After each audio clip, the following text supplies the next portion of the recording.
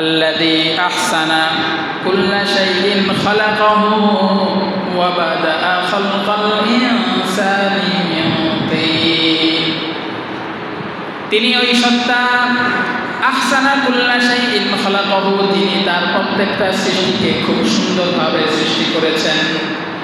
ওয়া বাদাআ খালকাল ইনসানি মিন তিন, এবং তিনি মানুষের সৃষ্টির সূচনা করেছেন কাদামাটি দিয়ে। সুবহানাল্লাহ। তাহলে এই আয়াতের মাধ্যমে বোঝা গেল মানুষ সৃষ্টির সূচনা, মানুষ সৃষ্টির উপাদানের মধ্যে আরেকটা বিষয় আমরা পেলাম, কাদামাটি। তিন শব্দের অর্থ হচ্ছে কাদামাটি। এটা হচ্ছে 2 নম্বর ধাপ। আলহামদুলিল্লাহ, মহান আল্লাহ সুবহানাহু ওয়া তাআলার দরবারে লাখো কোটি শুকরিয়া যে আল্লাহ সুবহানাহু ওয়া তাআলা আমাদেরকে পবিত্র জুমার দিনে আল্লাহ তাআলার ঘর মসজিদে আসার, বসার, দ্বীনের খাতিরে, দ্বীনের নিসবতে দ্বীনি কিছু কথাবার্তা বলার এবং শোনার তৌফিক দান করেছেন। এই জন্য সকলে অন্তরের অন্তঃস্থল থেকে মালিকের দরবারে শুকরিয়া আদায় করি, আলহামদুলিল্লাহ। সম্মানিত হাজিরিন, আমি আপনাদের সম্মুখে পবিত্র কালামে মাজিদ থেকে একটি আয়াত তেলাওয়াত করেছি এবং রাসূল করিম সাল্লাল্লাহু আলাইহি ওয়াসাল্লামের অসংখ্য অগণিত হাদিস থেকে একটি হাদিস আপনাদের সামনে উপস্থাপন করেছি। উক্ত আয়াতে কারিমা এবং হাদিসের আলোকে কোরআন ও হাদিস থেকে মানুষের সৃষ্টির মূল উপাদান কি, এই বিষয় নিয়ে আলোচনা করার চেষ্টা করব। আল্লাহ তাআলা তৌফিক দান করুক, সকলে বলেন আমিন। সম্মানিত হাজিরিন, আদম এবং বনি আদম, হযরত আদম আলাইহিস সালাতু ওয়াস সালাম এবং তার সন্তান অর্থাৎ সাধারণ মানুষ, সবাইকে সৃষ্টির মূল উপাদান হচ্ছে মাটি। সবাইকে সৃষ্টির মূল উপাদান কি? মাটি। মাটি থেকে আল্লাহ তাআলা আমাদের আদি পিতা হযরত আদম আলাইহিস সালাতু ওয়াস সালামকে সৃষ্টি করেছেন এবং আমাদেরকেও সৃষ্টি করেছেন। তবে কেমন মাটি, এই ব্যাপারে আল্লাহ তাআলা পবিত্র কালামে মাজিদের মধ্যে একাধিক আয়াত কি করেছেন, বর্ণনা করেছেন। আল্লাহ তাআলা হযরত আদম আলাইহিস সালাতু ওয়াস সালামকে মাটি থেকে সৃষ্টি করেছেন, তবে এটার কয়েকটা ধাপ আছে। এটার কয়েকটা কি আছে? ধাপ আছে। তো সর্বপ্রথম আল্লাহ তাআলা আদম আলাইহিস সালাতু ওয়াস সালামকে সৃষ্টি করেছেন কি দিয়ে? মাটি দিয়ে। আল্লাহ তাআলা বলতেছেন সূরা আলে ইমরানের 59 নম্বর আয়াত, আল্লাহ তাআলা বলেন, ইন্না মাসালা ঈসা ইনদাল্লাহি কামাসালি আদম খালাকাহু মিন তুরাবিন সুম্মা ক্বালা লাহু কুন ফায়াকুন। আল্লাহ তাআলা বলেন, হযরত ঈসা আলাইহিস সালাতু ওয়াস সালামের দৃষ্টান্ত আল্লাহ তাআলার কাছে হযরত আদম আলাইহিস সালাতু ওয়াস সালামের মতো।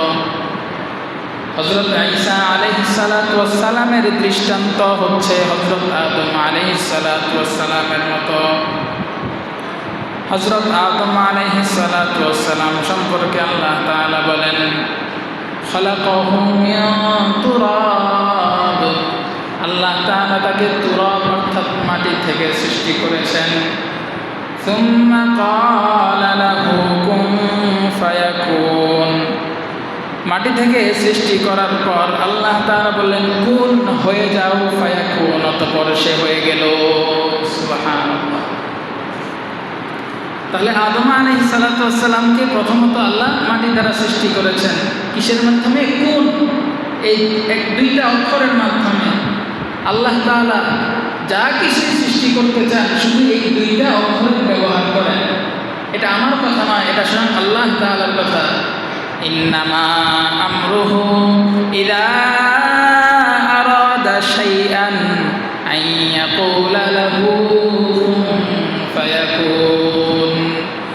নিশ্চয়ই আল্লাহ তাআলা যখন কোনো কিছু সৃষ্টি করার ইচ্ছা করে তখন আল্লাহ তাআলা বলেন কুন হয়ে যাও ফায়াকুন, অতঃপর সেটা হয়ে যায়। সুবহান। আল্লাহ তাআলা যখনই কিছু সৃষ্টি করার কি করেন, ইচ্ছা করেন, শুধু কি বলেন কুন হয়ে যাও ফায়াকুন, অতঃপর সেটা হয়ে যায়।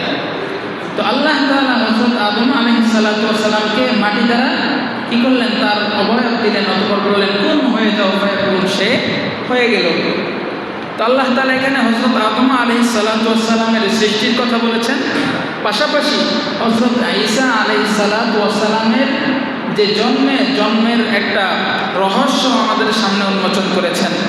আমরা সবাই জানি আদম আলাইহিস সালাতু ওয়াস সালামকে আল্লাহ তাআলা মাটি দ্বারা সৃষ্টি করেছেন, কিন্তু আদম আলাইহিস সালাতু ওয়াস সালামের পরবর্তী প্রজন্ম আদম আলাইহিস সালাতু ওয়াস সালামের সন্তান যারা আছে এদেরকে কিন্তু আল্লাহ তাআলা সরাসরি মাটি থেকে কি করেন নাই, সৃষ্টি করেন নাই।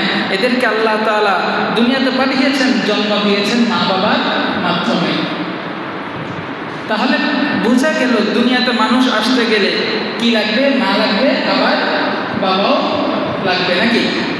দুনিয়াতে মানুষ আসতে গেলে কি লাগবে, মা আবার বাবা।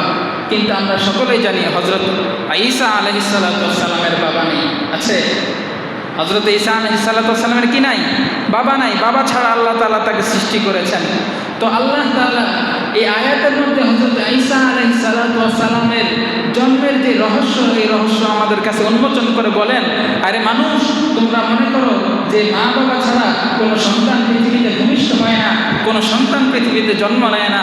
আমি তোমাদেরকে বলে দিচ্ছি, আমি কিন্তু আদমকেও মা বাবা ছাড়া সৃষ্টি করেছি। আদমকে যেমন কুন ফায়াকুনের দ্বারা আমি সৃষ্টি করেছি, তেমনিভাবে আমি ঈসাকেও কুন ফায়াকুনের দ্বারা কি করেছি, সৃষ্টি করেছি। হযরত জিবরাইল আমিনকে আল্লাহ তাআলা হযরত মারিয়াম আলাইহিস সালাতু ওয়াস সালামের কাছে পাঠালেন। মারিয়াম আলাইহিস সালাতু ওয়াস সালামের কাছে পাঠানোর পর হযরত জিবরাইল আমিন মারিয়ামের মুখে একটা ফু দিলেন। এই ফুয়ের মাধ্যমে মারিয়াম আলাইহিস সালাতু ওয়াস সালাম গর্ভবতী হয়ে গেলেন এবং হযরত ঈসা আলাইহিস সালাতু ওয়াস সালাম দুনিয়াতে ভূমিষ্ঠ হলেন। কারণ হযরত মারিয়াম আলাইহিস সালাতু ওয়াস সালাম, যার কোনো স্বামী নাই, স্বামী ছাড়া একজন মহিলা যখন প্রেগনেন্ট হয়, স্বাভাবিক সমাজের মানুষ তার দিকে দৃষ্টিকটুভাবে তাকায়, তার দিকে বাঁকা চোখে তাকায়। তো আল্লাহ তাআলা তার নবীর মায়ের প্রতি কেউ যাতে বাঁকা চোখে না তাকায়, এই জন্য আল্লাহ তাআলা উম্মতের সামনে খোলাসা করে দিলেন যে তোমরা মারিয়ামকে কেউ খারাপ চোখে দেখো না, তার দিকে বাঁকা চোখে দেখো না। সে কোনো নষ্টা মহিলা নয়, সে পুত পবিত্র একজন মহিলা, একজন নবীর মা। আমি আল্লাহ তাআলা তার মাধ্যমে হযরত ঈসা আলাইহিস সালাতু ওয়াস সালামকে বাবা ছাড়াই দুনিয়াতে জন্মদান করেছি। সুবহানাল্লাহ। তো এই আয়াতের মধ্যে আল্লাহ তাআলা আদম আলাইহিস সালাতু ওয়াস সালামের সৃষ্টির কথা বললেন, পাশাপাশি হযরত ঈসা আলাইহিস সালাতু ওয়াস সালামের জন্মের যে রহস্য, এই রহস্য উন্মোচন করে দিলেন। তাহলে আদম আলাইহিস সালাতু ওয়াস সালামের সৃষ্টির প্রথম ধাপ, আল্লাহ তাআলা হযরত আদম আলাইহিস সালাতু ওয়াস সালামকে মাটি দ্বারা সৃষ্টি করেছেন। কি দ্বারা? মাটি দ্বারা। এটা হচ্ছে প্রথম ধাপ। এবার 2 নম্বর ধাপ, মাটির সাথে পানি মিশিয়ে আল্লাহ তাআলা কাদা সৃষ্টি করেছেন। ওই কাদা থেকে হযরত আদম আলাইহিস সালাতু ওয়াস সালামের সৃষ্টি হয়েছে। আল্লাহ তাআলা পবিত্র কালামে মাজিদের মধ্যে সূরা আলিফ লাম মিম সিজদার 7 নম্বর আয়াতের মধ্যে বলেন, আল্লাযী আহসানা কুল্লা শাইইন খালাকাহু ওয়া বাদাআ খালকাল ইনসানি মিন তিন। তিনি ওই সত্তা, আহসানা কুল্লা শাইইন খালাকাহু, তিনি তার প্রত্যেকটা সৃষ্টিকে খুব সুন্দরভাবে সৃষ্টি করেছেন। ওয়া বাদাআ খালকাল ইনসানি মিন তিন, এবং তিনি মানুষের সৃষ্টির সূচনা করেছেন কাদামাটি দিয়ে। সুবহানাল্লাহ। তাহলে এই আয়াতের মাধ্যমে বোঝা গেল মানুষ সৃষ্টির সূচনা, মানুষ সৃষ্টির উপাদানের মধ্যে আরেকটা বিষয় আমরা পেলাম, কাদামাটি। 3 শব্দের অর্থ হচ্ছে কাদামাটি। এটা হচ্ছে 2 নম্বর ধাপ। এবার 3 নম্বর ধাপ, এই কাদামাটিকে আল্লাহ তাআলা আঠালো মাটিতে রূপান্তরিত করেছেন। দেখেন, সাধারণ যে কাদামাটি পথে ঘাটে বা আশেপাশে আমরা যেমন দেখতে পাই, এটা দিয়ে কোনো একটা আকার আকৃতি, কোনো একটা অবয়ব গঠন করা কিন্তু কিনা সম্ভব না। কারণ এটা কি করবে না, এটা নরম হওয়ার কারণে এটা জমবে না। এই জন্য কি দরকার? আঠালো মাটি দরকার। খুব সহজে বুঝবেন, আমাদের কুমার যারা আছে, মাটির বিভিন্ন জিনিস যারা কি করে তৈরি করে, মাটির হাড়ি পাতিল আরো বিভিন্ন জিনিস, এরা কি সাধারণ কাদা মাটি দিয়ে এগুলা তৈরি করে? না, আঠালো মাটি দিয়ে কি করে তৈরি করে। তো আল্লাহ তাআলা হযরত আদম আলাইহিস সালাতু ওয়াস সালামকে মাটি দ্বারা সৃষ্টি করেছেন। কোন মাটি? এই মাটিটা হচ্ছে আঠালো মাটি। আল্লাহ তাআলা পবিত্র কালামে মাজিদের মধ্যে বলেন, ফাস্তাফতিহিম আহুম আশাদ্দু খালকান আম্মান খালাকনা ইন্না খালাকনাহুম মিন তিনিল লাযিব। সূরা আস-সাফফাতের 11 নম্বর আয়াত। আল্লাহ তাআলা আমাদেরকে বলেন, ফাস্তাফতিহিম, হে নবী আপনি তাদেরকে জিজ্ঞাসা করেন, আহুম আশাদ্দু খালকান, তারা কি সৃষ্টি হিসাবে বেশি শক্তিশালী, আম্মান খালাকনা, নাকি আমি যে সৃষ্টিকারী আমি বেশি শক্তিশালী? আমরা সৃষ্টি, আল্লাহ তাআলা আমাদেরকে সৃষ্টি করেছেন, আমরা বেশি শক্তিশালী, নাকি যে আল্লাহ আমাদেরকে সৃষ্টি করেছেন আল্লাহ বেশি শক্তিশালী? অবশ্যই আল্লাহ তাআলা শক্তিশালী। সৃষ্টির কোনো কি নাই, শক্তি নাই স্রষ্টার শক্তির কাছে। স্রষ্টার শক্তির কাছে সৃষ্টির যে শক্তি, এই শক্তির কোনো অস্তিত্ব নাই, একেবারে বিলীন। তো আল্লাহ তাআলা তার নবীর মাধ্যমে বলতেছেন, হে নবী আপনি তাদেরকে প্রশ্ন করেন, তারা সৃষ্টি হিসাবে তাদের শক্তি বেশি, তারা কি বেশি শক্তিশালী, নাকি আম্মান খালাকনা, যে ব্যক্তি সৃষ্টি করেছেন তিনি শক্তিশালী? অবশ্যই যিনি সৃষ্টি করেছেন তিনি শক্তিশালী। এরপরে আল্লাহ তাআলা বলেন, ইন্না খালাকনাহুম মিন তিনিল লাযিব, নিশ্চয়ই আমি তাদেরকে সৃষ্টি করেছি মিন তিন, এমন একটা মাটি, লাযিব যে মাটিটা হচ্ছে আঠালো। সুবহানাল্লাহ। তাহলে আল্লাহ তাআলা হযরত আদম আলাইহিস সালাতু ওয়াস সালামকে কি থেকে তৈরি করেছেন? আঠালো মাটি থেকে তৈরি করেছেন। এটা হচ্ছে হযরত আদম আলাইহিস সালাতু ওয়াস সালামের সৃষ্টির তৃতীয় ধাপ। এরপরে চতুর্থ ধাপে এই আঠালো মাটিটাকে আল্লাহ তাআলা একেবারে ঠনঠনে মাটিতে, শুকনো মাটিতে কি করেছেন? রূপান্তরিত করেছেন, একদম পোড়া মাটির ন্যায়।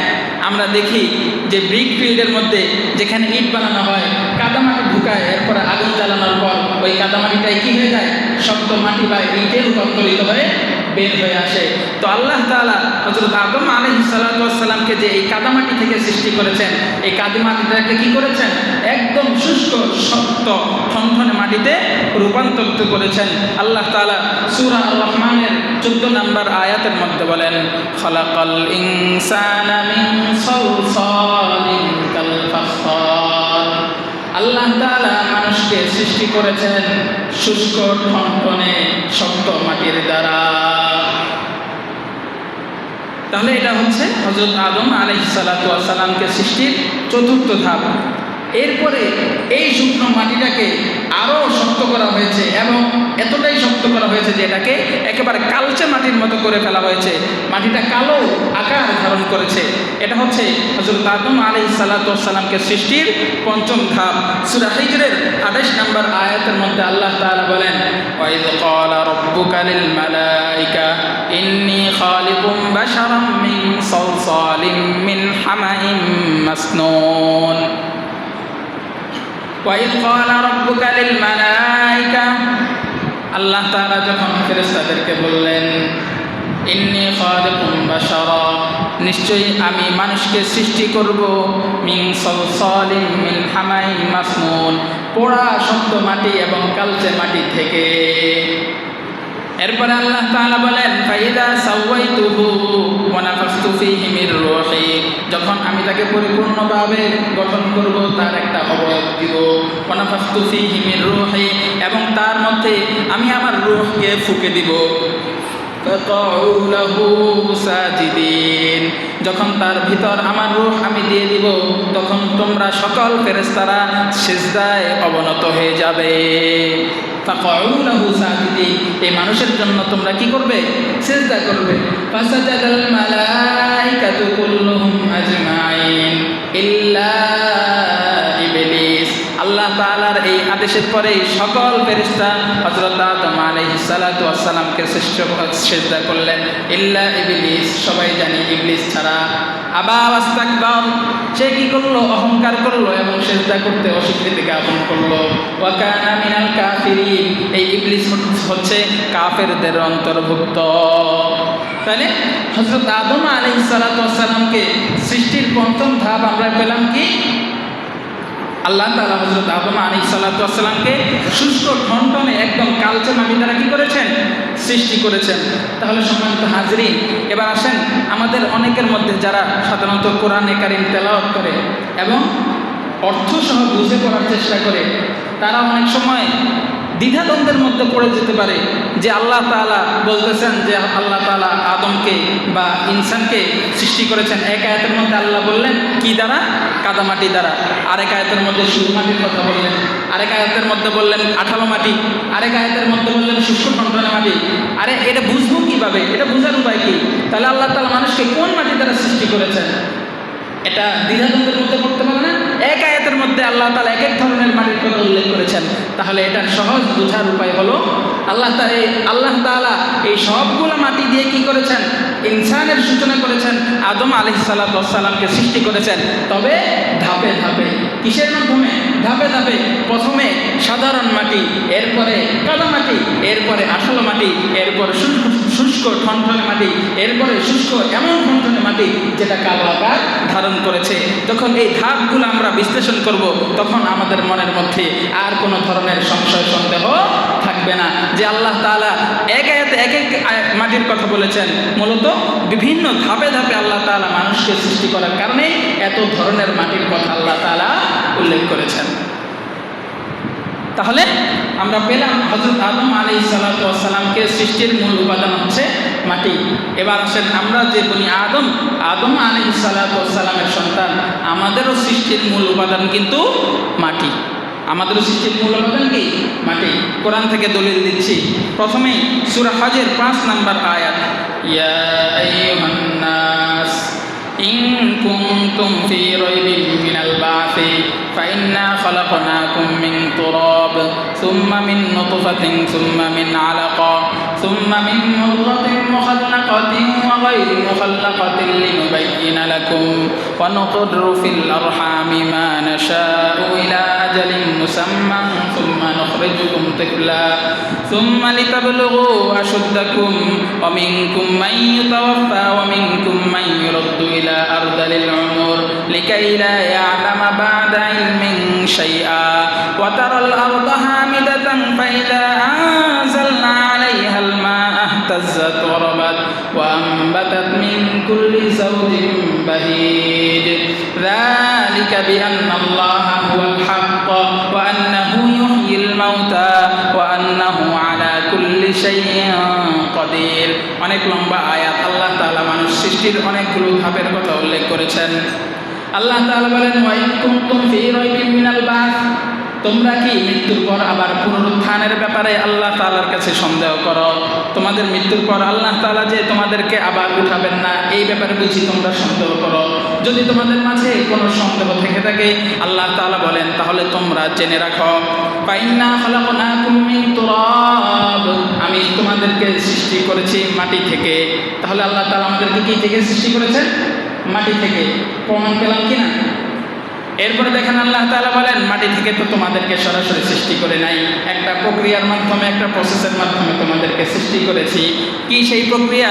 আল্লাহ তাআলা বলেন, খালাকনাকুম মিন তুরাবিন সুম্মা মিন নুতফা, তোমাদের মূল উপাদান হচ্ছে মাটি, কিন্তু এরপরে তোমাদেরকে সৃষ্টি করেছি শুক্র থেকে।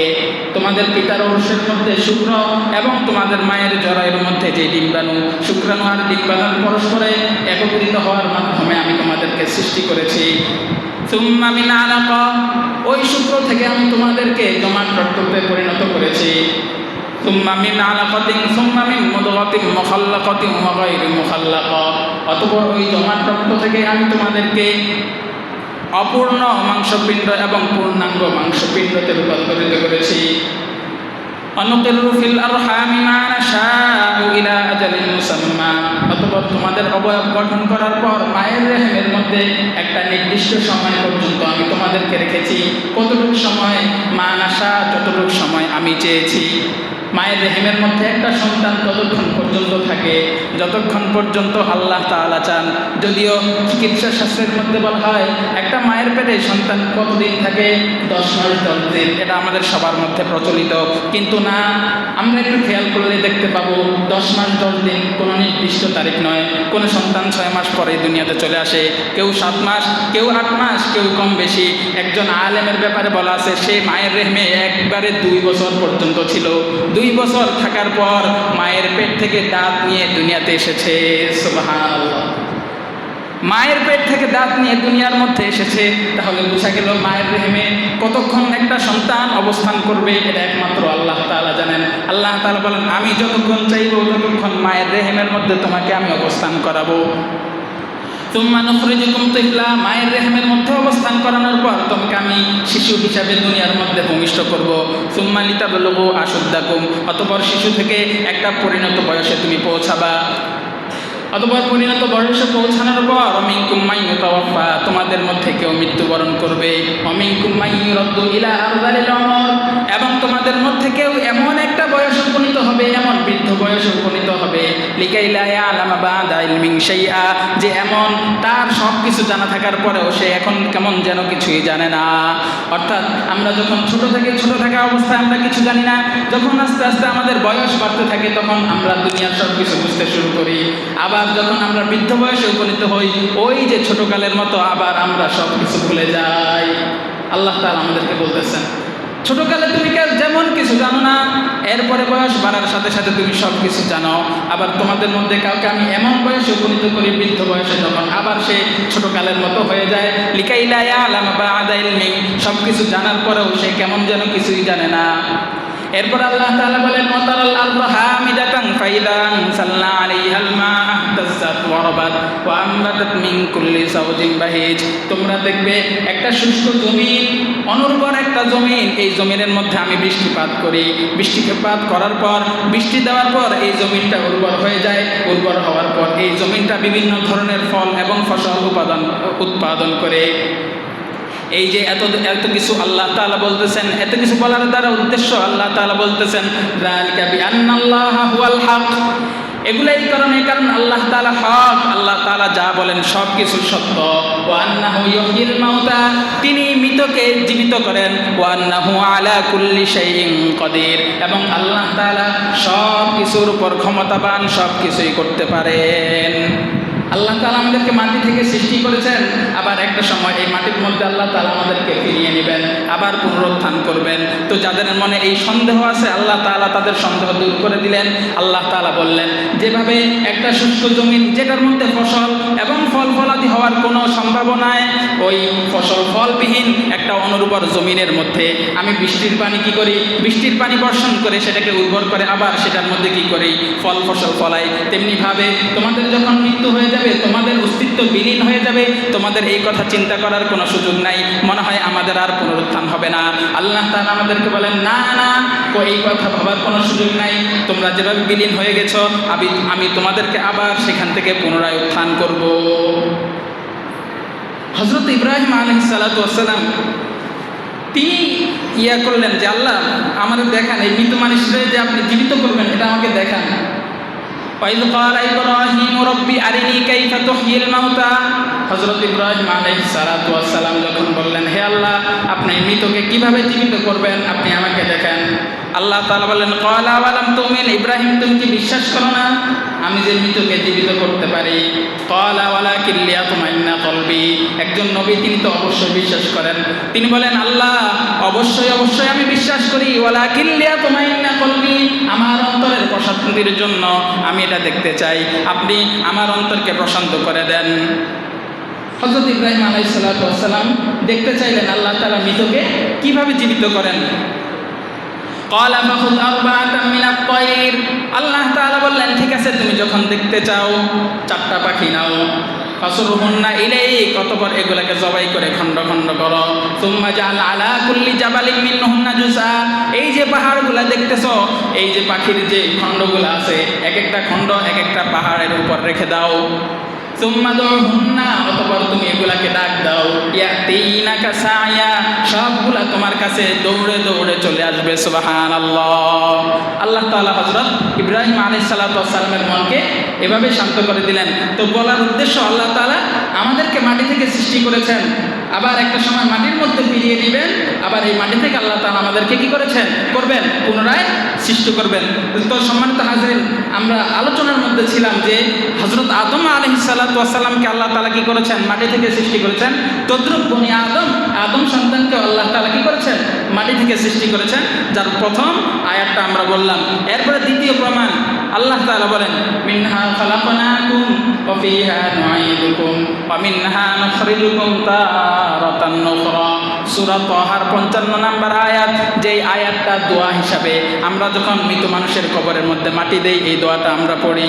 এই দোয়াটার অর্থ কি? মিনহা খালাকনাকুম, আল্লাহ তাআলা বলেন মাটি থেকে আমি তোমাদেরকে সৃষ্টি করেছি। ওয়াফিহা নুঈদুকুম, এই মাটিতে আমি তোমাদেরকে আবার ফিরিয়ে নিয়ে যাচ্ছি। ওয়ামিনহা নুখরিজুকুম তারাতান নুখরা, আবার এই মাটি থেকে একটা সময় আমি তোমাদেরকে পুনরায় সৃষ্টি করব। তাহলে আমাদের সৃষ্টির মূল উপাদান মাটি, এটার দ্বিতীয় প্রমাণ। এরপরে 3 নম্বর প্রমাণ, এটা হচ্ছে হাদিস থেকে। মানুষের মধ্যে অনেক মানুষ আছে, কেউ দেখতে কালো, কেউ সাদা, কেউ দেখতে বাদামি, এক একজন এক এক রকমের। এটার কারণ কি? এটার কারণ হচ্ছে মাটি। এটার কারণ কি? মাটি। তিরমিজি শরীফের 2955 নম্বর হাদিস, আল্লাহ রাসূল সাল্লাল্লাহু আলাইহি ওয়াসাল্লাম বলেন খালাকাল্লাহু তাআলা আদামা মিন তুরাব, আল্লাহ তাআলা হযরত আদম আলাইহিস সালাতু ওয়াস সালামকে মাটি দ্বারা সৃষ্টি করেছেন। মিন কবজাতিন, কতটুকু মাটি? এক মুষ্টি মাটি। কতটুকু মাটি? এক মুষ্টি মাটি। তবে এই মুষ্টিটা কেমন? কবাযাহা মিন জামিআল আরদ, এমন এক মুষ্টি মাটি যে এক মুষ্টি মাটি পুরো জমিন থেকে আল্লাহ তাআলা নিয়েছেন। সুবহানাল্লাহ, পুরো জমিন থেকে আল্লাহ তাআলা এক মুষ্টি মাটি নিয়েছেন। ফাজা বনু আদম আলা কদরিল আরদ, যার ফলে বনি আদম সন্তান মাটির এই বৈশিষ্ট্য পেয়েছে। মাটির বৈশিষ্ট্য কি? ফাজা মিনহুমুল আহমার, বনি আদমের কেউ দেখতে লাল, ওয়ামিনহুম আল আবিয়াদ, কেউ দেখতে সাদা, ওয়াল আসওয়াদ, কেউ হচ্ছে দেখতে কালো, ওয়ামিনহুম বাইনা যালিক, কেউ সাদা কালো এই দুইটার মাঝখানে, যেটাকে আমরা শ্যামলা বলি। ওয়ামিনহুমুল হাজনু, এদের মধ্যে কারো চরিত্র হচ্ছে, কারো মন মেজাজ হচ্ছে খুব কঠোর। ওয়াসাহলু, এদের মধ্যে কারো মন মেজাজ একদম নরম কোমল স্বভাবের। ওয়ামিনহুমুল খবির, এদের মধ্যে অনেকের চরিত্র হচ্ছে একেবারে খারাপ, একেবারে নিম্নমানের। ওয়ামিনহুম আত-তাইয়্যিব, আবার কারো কারো চরিত্র হচ্ছে অনেক উত্তম। এই সবগুলো হচ্ছে মাটির উপাদান। যেই জায়গার মাটি যেমন, যেই জায়গার মাটি থেকে যে ব্যক্তি সৃষ্টি হয়েছে তার মধ্যে তার স্বভাবও তেমন। সে যদি মাটি যদি ভালো হয় তাহলে তার স্বভাব চরিত্রটাও কি হয়? ভালো হয়। মাটি যদি উন্নত মানের হয়, সাদা হয়, সে দেখতেও কি হয়? সুন্দর হয়। তাহলে আল্লাহ তাআলা আমাদেরকে কি করেছে? এই মাটি থেকে সৃষ্টি করেছেন, এটার আরেকটা প্রমাণ পেলাম। তাহলে আল্লাহ তাআলা আদম আলাইহিস সালাতু ওয়াস সালামকে কি করেছেন? মাটি থেকে সৃষ্টি করেছেন, এবং তার সন্তানদেরকেও মাটি থেকে সৃষ্টি করেছেন। তবে তার সন্তানদেরকে সরাসরি কি করেন নাই? মাটি থেকে সৃষ্টি করেন নাই, বিভিন্ন ধাপে আল্লাহ তাআলা কি করেছেন? সৃষ্টি করেছেন। এই হচ্ছে মানুষ সৃষ্টির মূল উপাদান এবং এর রহস্য। তো সম্মানিত হাজরিন, আজকে এতটুকু আলোচনা করলাম। এরপর মানুষ আল্লাহ তাআলা কেন সৃষ্টি করেছেন, কেন পাঠিয়েছেন, দুনিয়াতে মানুষের কাজ কি, এই সম্পর্কে কিছু আলোচনা করার চেষ্টা করব। আল্লাহ তাআলা তৌফিক দান করুন। সকলেরা বলেন আমিন। ওয়া আখিরু দাওয়ানা আনিল হামদুলিল্লাহি রাব্বিল আলামিন। যারা সুন্নাত পড়েন নাই 4 রাকাত ক্বাবলাল জুমা আদায় করে নেন।